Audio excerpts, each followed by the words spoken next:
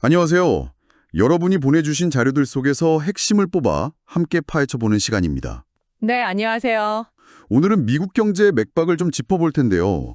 차기 연준 의장은 누가 될지, 미국-중국 무역 협상은 어떻게 되는지, 네, 또 유가 전망 같은 거시경제 지표들 하고요. 그렇죠. 중요한 이슈들이죠. 그리고 또 대통령 권한 범위를 둘러싼 미국 내 정치적 긴장까지 좀 복잡하게 얽힌 이야기들을 풀어보겠습니다. 네, 한번 시작해보죠. 자, 먼저 시장을 흔들 수 있는 소식부터 꺼내볼까요? 연준 의장 후보 이야기인데요. 아, 네, 그 얘기 나왔죠. 블룸버그에서 트럼프 행정부의 스콧 베센트 재무장관이 차기 의장 후보로 거론된다, 이런 보도가 있었어요. 케빈 워시 전 연준이사 이름도 나왔고요. 네, 후보군에 같이 올랐죠. 근데 정작 베센트 장관은 좀 말을 아꼈고 백악관이나 다른 고위 관료는 또 부인하는 상황이라고 하네요. 그렇죠. 아직 확실한 건 없는 거죠. 공식 면접도 시작 안 했다고 하고요. 그러니까 이게 또 하나의 불확실성이 되는 셈이네요. 맞습니다. 누가 연준을 이끌지는 시장에 워낙 큰 영향을 주니까요. 근데 이런 와중에도 뉴욕 증시는 좀 올랐어요. 아, 네. 미중 무역 협상 기대감 때문인가요? 네, 그런 것 같습니다. 하워드 러트닉 상무장관이 협상이 정말 잘 진행되고 있다 이런 말을 하면서 S&P 500 지수가 사상 최고치의 부근까지 갔습니다. 오, 분위기가 좋았네요. 네, 테슬라나 알파벳 같은 기술주는 강했고요. 근데 좀 흥미로운 건 JM 스모커스 같은 식품회사는 주가가 16%나 폭락했어요. 16%나요? 왜 그렇게 많이 떨어진 거죠? 아무래도 관세 때문에 비용 늘어날 거라는 우려 때문이죠. 그러니까 시장은 관세 철폐를 바라는데 이게 정말 될지는 아직 모르는 거고요. 네, 정말 기대와 우려가 딱 공존하는 모습이네요. 내일 발표될 5월 소비자 물가 지수, CPI 앞두고는 국채 수익률이라 달러는 좀 잠잠했다고요? 네, 큰 움직임은 없었습니다. CPI가 또 중요하잖아요. 실제 물가 변동을 보여주니까. 그렇죠. 그런데 골드만삭스 같은 데서는 트럼프 관세 때문에 연말쯤에는 근원 CPI 상승률이 한 3.5%까지 다시 오를 수 있다. 이렇게 경고하고 있어요. 물가 상승 압력이 다시 커질 수 있다는 거군요. 네, 달러는 좀 혼조세였고 영국 파운드화나 일본 엔화는 약세를 보였습니다. 자, 이런 금융시장의 움직임 뒤에는 역시 그 미중 무역 갈등이 있는 거죠. 맞습니다.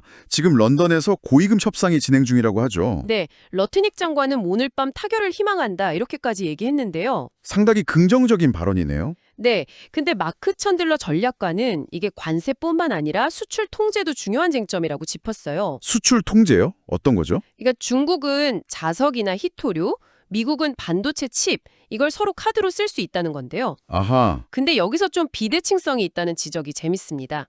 중국이 미국 칩 대체는 어려운데 미국은 중국 희토류 대체가 상대적으로 좀 쉬울 수 있다는 거죠.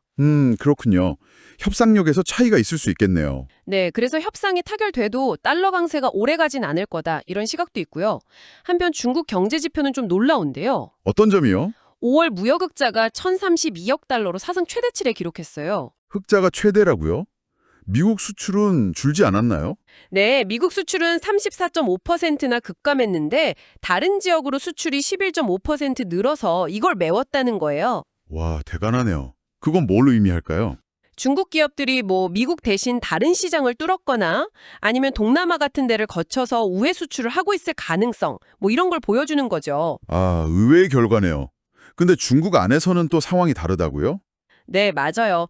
5월 생산자 물가 지수 PPI가 전년 대비 3.3%나 떨어졌어요. PPI가 3.3% 하락이면 디플레이션 우려가 커지겠는데요. 그쵸. 공장 물가가 계속 떨어지는 거니까요. 소비자 물가 CPI도 0.1% 하락했고요.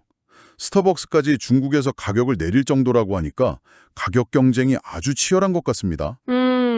과잉 생산이랑 내수 부진이 겹친 결과로 봐야겠군요. 네. 자, 이렇게 무역, 물가가 복잡한데 또 다른 변수인 에너지 시장은 어떨까요? 미국 에너지정보청 EIA 전망이 나왔죠. 네, 어떤 내용이었죠? 내년 미국 원유 생산량이 줄어들 거라는 전망입니다.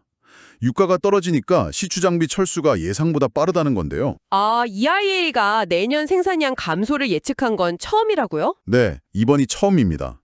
미국 내 에너지 생산 늘리겠다던 트럼프 대통령 약속과는 좀 다른 관향이죠. 그렇네요. 경제 지표 말고 미국 내 정치, 법적 문제도 좀 시끄럽던데요. 아, 네. 캘리포니아주 방위군 투입 문제 말씀이시죠? 네, 트럼프 대통령이 주 방위군 투입한 걸 두고 캘리포니아주가 소송을 냈잖아요. 지금 상황이 연방 군대를 투입할 만한 반란 상태냐? 이게 핵심 쟁점이라고요. 네, 이걸 놓고 노아 펠드만 교수하고 월스트리트저널 사설 의견이 또 엇갈리고 있고요. 트럼프 대통령은 여기서 한 발 더 나아가서 반란법 발동 가능성까지 언급했다면서요? 네, 그건 대통령한테 국내 군 동원 권한을 주는 아주 강력한 법이거든요.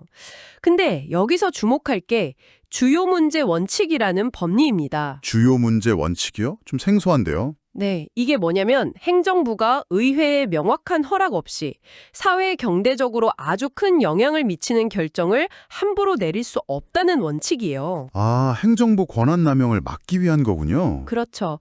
과거에 환경 규제나 학자금 대출 탕감 같은 정책이 이 원칙 때문에 막힌 적이 있었어요.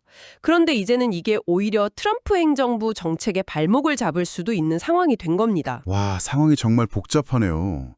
행정부를 견제하려던 원칙이 또 다른 정책을 막는 데 쓰일 수도 있다니. 진짜 문제는요. 법원이 적극적으로 개입하든 주요 문제 원칙 아니면 소극적으로 지켜보든 사법 자제론 어떤 원칙을 갖다 대든 간에 이게 너무 정치적으로 해석될 여지가 크다는 거예요. 네, 그럴 수 있겠네요. 각 진영은 자기한테 유리한 원칙만 내세우고 불리하면 그냥 사법부 자체를 비판해버리죠. 이게 결국 행정부를 넘어서 사법부에 대한 불신으로 이어질 수 있다는 게 아주 심각한 지점입니다.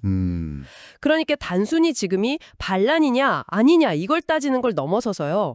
이런 제도적인 갈등, 불신 자체가 어쩌면 미국이 마주한 보이지 않는 내전 상태일 수 있다. 이런 분석까지 나오는 거죠. 내전 상태라는 표현까지요? 네. 2021년 1월 6일 의사당 사태 때 그때 그 긴급한 상황에서도 주 방위군 투입이 몇 시간이나 지연됐었잖아요. 그걸 생각하면 지금 상황의 정치적 복잡성이 더 잘 보이는 거죠. 네, 정말 깊이 생각해 볼 문제네요. 자, 오늘 내용을 좀 정리해보면요.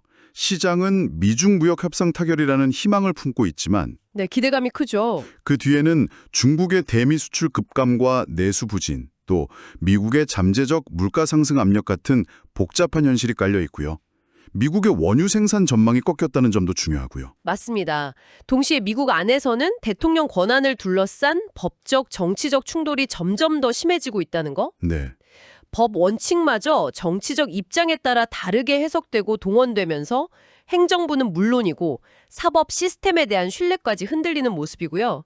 이건 단순한 정책 다툼이 아니라 어쩌면 시스템 자체의 위기 신호일 수도 있습니다. 네, 오늘 저희가 짚어본 내용들이 이 복잡한 상황을 이해하시는데 조금이나마 도움이 되었기를 바랍니다. 네. 마지막으로 이런 질문을 한번 던져보고 싶네요. 정치적 대립이 너무 심해져서 법의 원칙마저 각자의 무기가 될 때 우리 사회의 근간인 법치주의와 제도에 대한 믿음은 과연 어떻게 지켜나갈 수 있을까요? 한번 좀 다 같이 고민해 볼 만한 질문인 것 같습니다.